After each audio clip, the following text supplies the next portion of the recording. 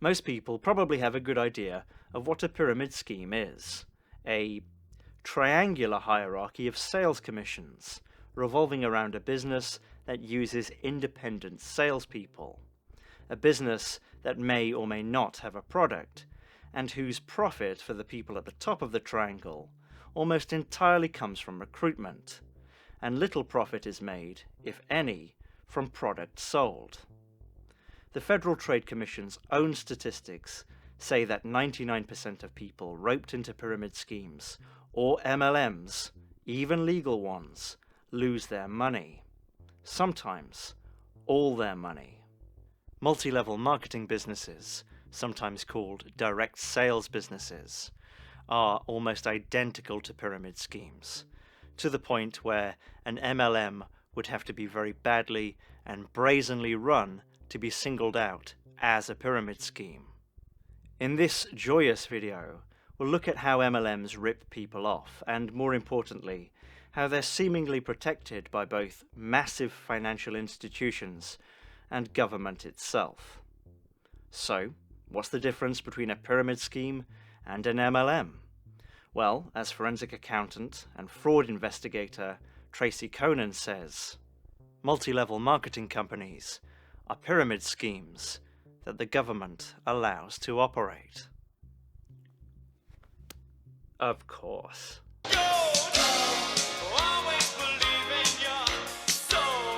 In the 8 months that we were in, we lost at least $10,000. My credit cards were maxed out, and there was no more money to have. I couldn't sustain it anymore. I think I was probably close to having a nervous breakdown by the time I quit seriously. Oh, I made $1,000 last month. Well, I didn't really make $1,000. It cost me $5,000 to get that $1,000. We spent $17,800 in 3 months.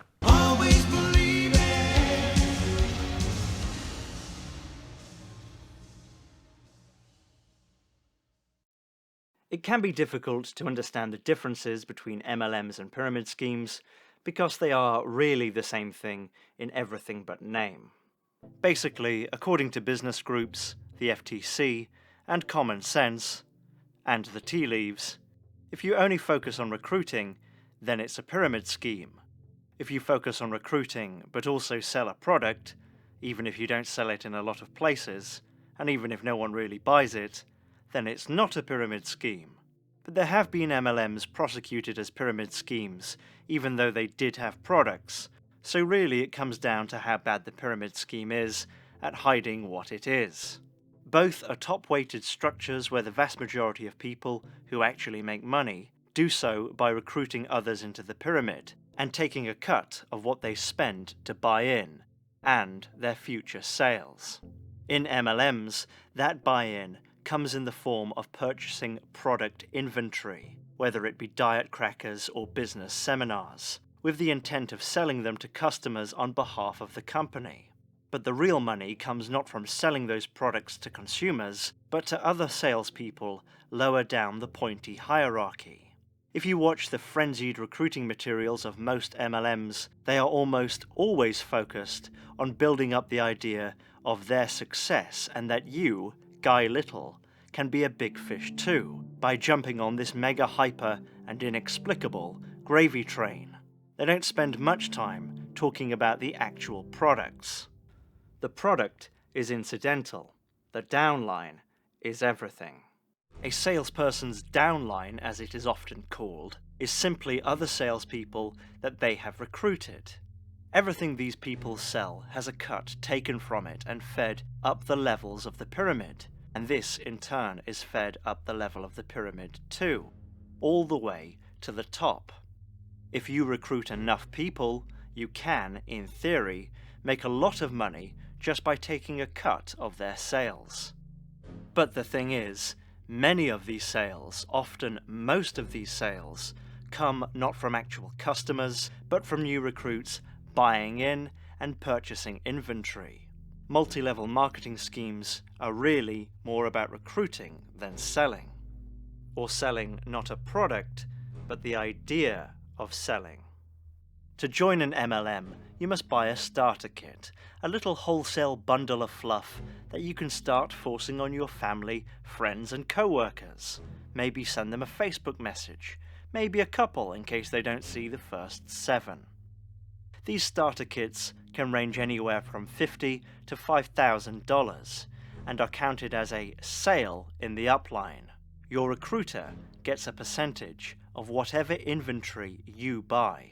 Once you've bought a certain amount of inventory, you can begin recruiting people to create your own downline, suckers that will need to buy their own inventory, and you'll get a cut of those sales, which will also be cut with the person who suckered you. We're going to make sure that you have everything you need to be successful and provide you an amazing opportunity to achieve all your financial dreams. Oy vey. But you aren't able to advance up the ziggurat lickety-split unless you and your downline are purchasing certain minimum amounts of inventory. That's why you perennially hear stories about people who ended up filling every room in their house with products they couldn't shift, to maintain their level within the pyramid. And if earnings depend on perpetually recruiting people who are recruiting people, and if advancement is locked off by both difficult sales goals and criteria such as spend $4,000 on our business seminar first, you can see why 99% of the money made goes to the people at the tippy top. A few people further down might make a decent living for a little bit if they're not afraid to get their hands bloody, but almost everyone ultimately loses all the money they put in. Most people probably only lose a few $100s.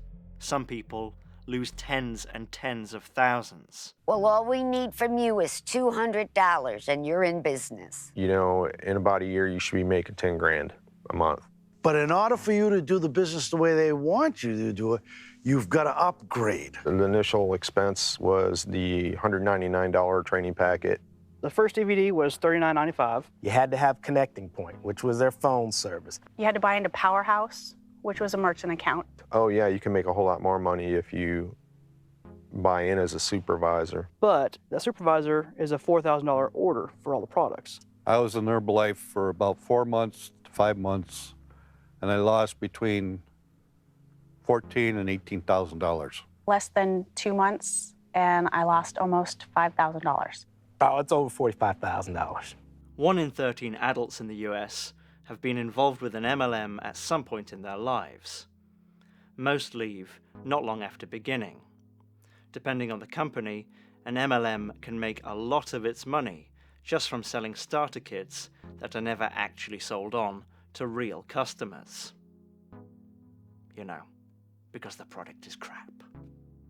Really, they'll take anyone, but they specifically target women, immigrants, minorities, the working poor, and actively practicing religious people. They especially target stay-at-home moms because they have strong social networks and limited employment options. People who want something they can do from home, in their own time, that can fit around their lives. MLMs often espouse claims of female empowerment, #momboss, #meaningless, offering a convenient smokescreen and a sense of community and mission beyond selling sweatshop leggings. That sense of community, of not just being a modern Willy Loman, but being part of something, is also critical in recruiting immigrants. Groups that often have strong social communities, pre-made networks, ready to exploit. Immigrants can also be less familiar with business laws and practices in a country they're not from, and with a lack of business experience, it's difficult to know what's normal, even if things seem weird. And when you're in a new country, lots of things seem weird anyway, I imagine. MLMs can really make it with these groups by selling them the good old American dream. Not of being an associate selling liver-damaging supplements, but being an entrepreneur, making your own way, being your own boss, being free. With religious people too, established communities that are built on shared values and trust offer a pre-established network to exploit. Mormons are especially targeted because they have broad social networks. According to Utah's Better Business Bureau in 2018, There were at least 70 MLM companies registered in the state, which has more MLMs per capita than any other. This and a complete lack of regulation makes Utah the unofficial world capital of multi-level marketing. Wow. MLMs often call themselves by different names: direct marketing, home business franchising, network marketing, affiliate marketing, hyperdimensional sales awareness sales. No matter how they brand themselves, really, they trade in deception. But why do they go unchallenged when their whole structure is about screwing over the people at the bottom? Not because they didn't work hard enough, not because they didn't work smart enough, but by design. To shut down an MLM company, no matter how predatory, no matter how many normal people it bankrupts and ruins, it must be provable in a court of law that the company is knowingly, intentionally a pyramid scheme, and not just accidentally a terribly run business that happens to look like one, or has become one because no one wants to buy tomato-flavored dust, except people who think they can sell it to someone who thinks they can sell it. And there's another big problem with shutting them down. You can see here the revenue of the top US multi-level outfits. According to Statista.com, the worldwide revenue for MLMs was $180.5 billion in 2019. The United States is the top worldwide market for direct selling, with $35.2 billion USD in revenue in 2019. In the United States, the responsibility for overseeing all business practices, including MLMs, falls to the FTC, the Federal Trade Commission. It has, as of 2020, an annual budget of $320 million, less than $1 per American. I don't think it's totally unreasonable to think that the FTC just doesn't have the resources to take on some of these MLMs because of their sheer size. But it's not just that. Powerful Wall Street investor groups are heavily invested in MLM companies. Some well-known MLM investors include BlackRock, Renaissance Technologies, Vanguard, State Street, Goldman Sachs, Fidelity, Norges Bank, which is the central bank of Norway, and Arrow Street Capital. BlackRock, Vanguard, and State Street are called the Big Three asset management funds that dominate corporate America. Combined, they manage over $15 trillion in global assets. That's the equivalent of 2/3 of the GDP of the United States. They inevitably have political clout as well. In 2020, the Federal Reserve hired BlackRock to help manage its corporate bond buying programs. They also assisted the Fed in 2009 in addressing that financial crisis. Another example, Primerica is an MLM that sells financial products, primarily life insurance. They were originally owned by Citigroup before going public. Now, 4 of its largest shareholders are Vanguard, BlackRock, BAMCO, and Fidelity. Combined, these companies manage over $37 trillion in assets. That kicked off quite a process.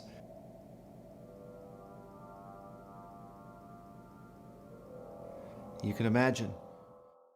Amway is an MLM taking advantage of lax dietary and supplement regulation in the US, as well as selling lots of other lovely tat. Richard DeVos, founder of Amway, is the father-in-law of Betsy DeVos, who was that nice Mr. Trump's education secretary. The DeVos family has given hundreds of millions in political contributions over the years. For Amway specifically, they've contributed $16.3 million in the last 5 years. Don't think of political contributions as charitable donations. They are investments. And, like all political contributors, the DeVosses expect a return on their investment. As an example, in April 1997, remember that? Remember, what wasn't that fun that month? The DeVos family gave $1 million to the Republican Party. 2 months later, Senate Majority Leader Trent Lott and House Speaker Newt Gingrich slipped a last-minute provision into a tax bill that granted Amway a tax break on its Asian branches. This resulted in Amway saving $270 million in taxes over the following 10 years. The Wall Street Journal even called it a tax break designed just for Amway. In fact, Amway has its own caucus in Congress, where Amway officials meet with Congress members a few times per year to discuss policy matters that affect the company, and, I can only assume, to bathe in the tears of the peasantry. Most of these Congress members are current or former distributors for Amway. Former House Majority Whip Tom DeLay was a former Amway salesman who remained close to the company during his tenure.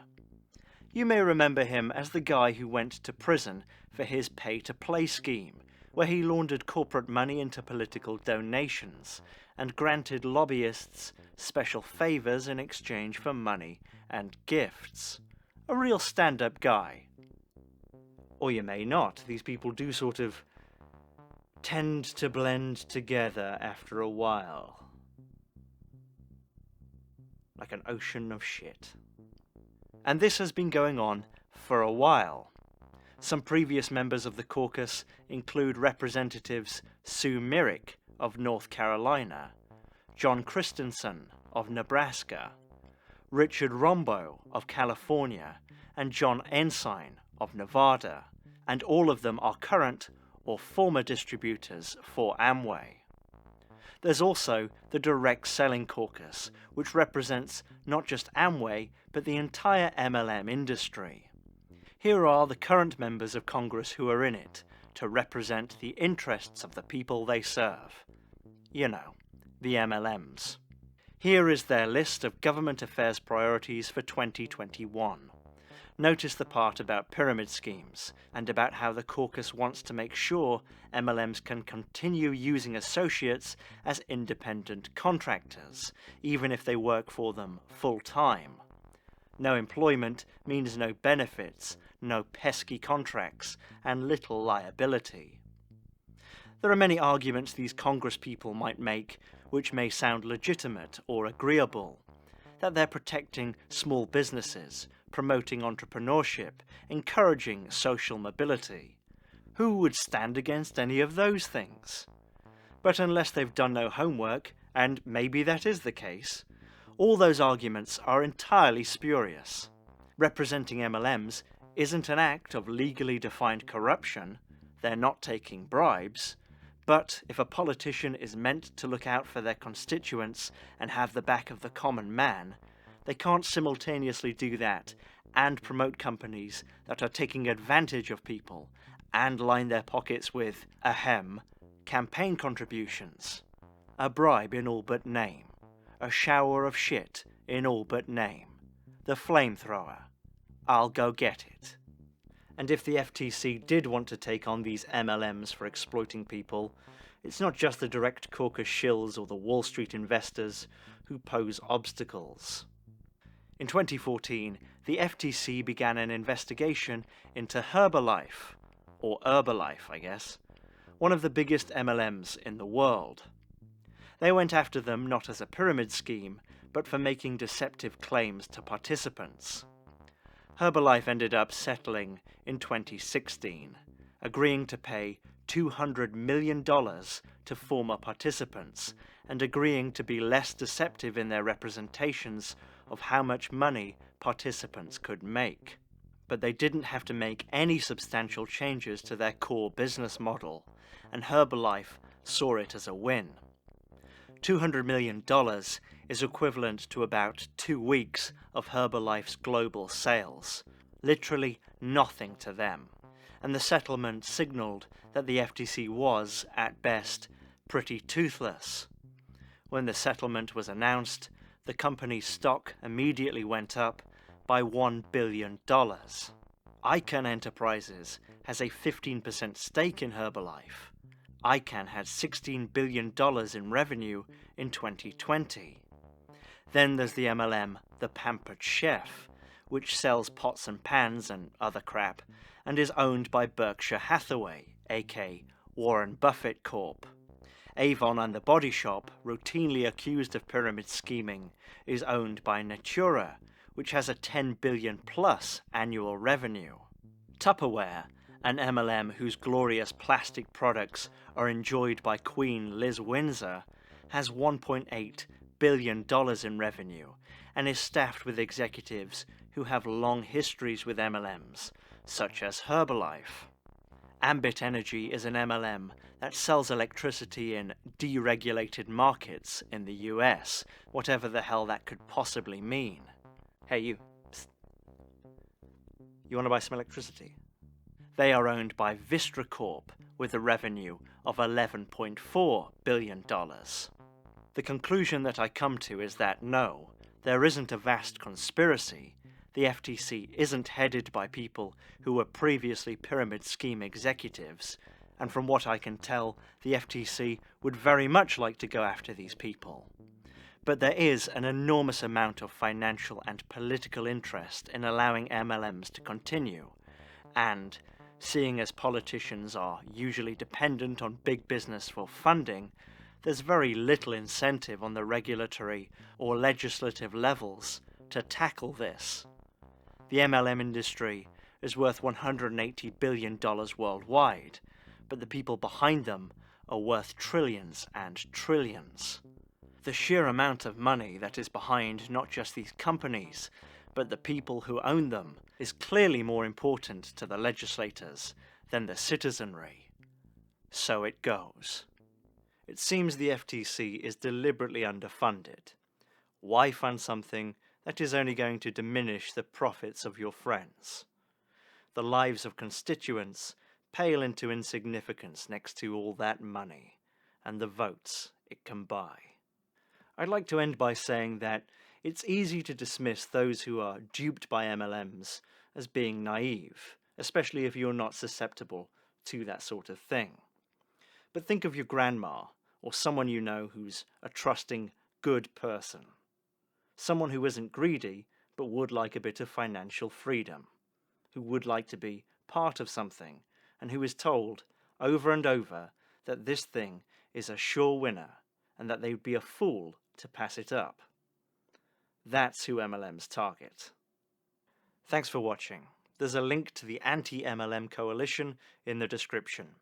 They have an ever-growing list of companies that are indeed MLMs. So if you're worried about that business opportunity selling wallpaper online being legit or not, you can check it out. Cheers. See you next time. I hope. If you come back. Or I don't die. Or go blind. I guess if I went blind, I wouldn't make another video. I might make a video saying I've gone blind. So you'd see me, but I wouldn't see you. But I can't see you anyway. So when I've been saying see you next time for like the last 5 years, it doesn't mean anything. My life is a lie.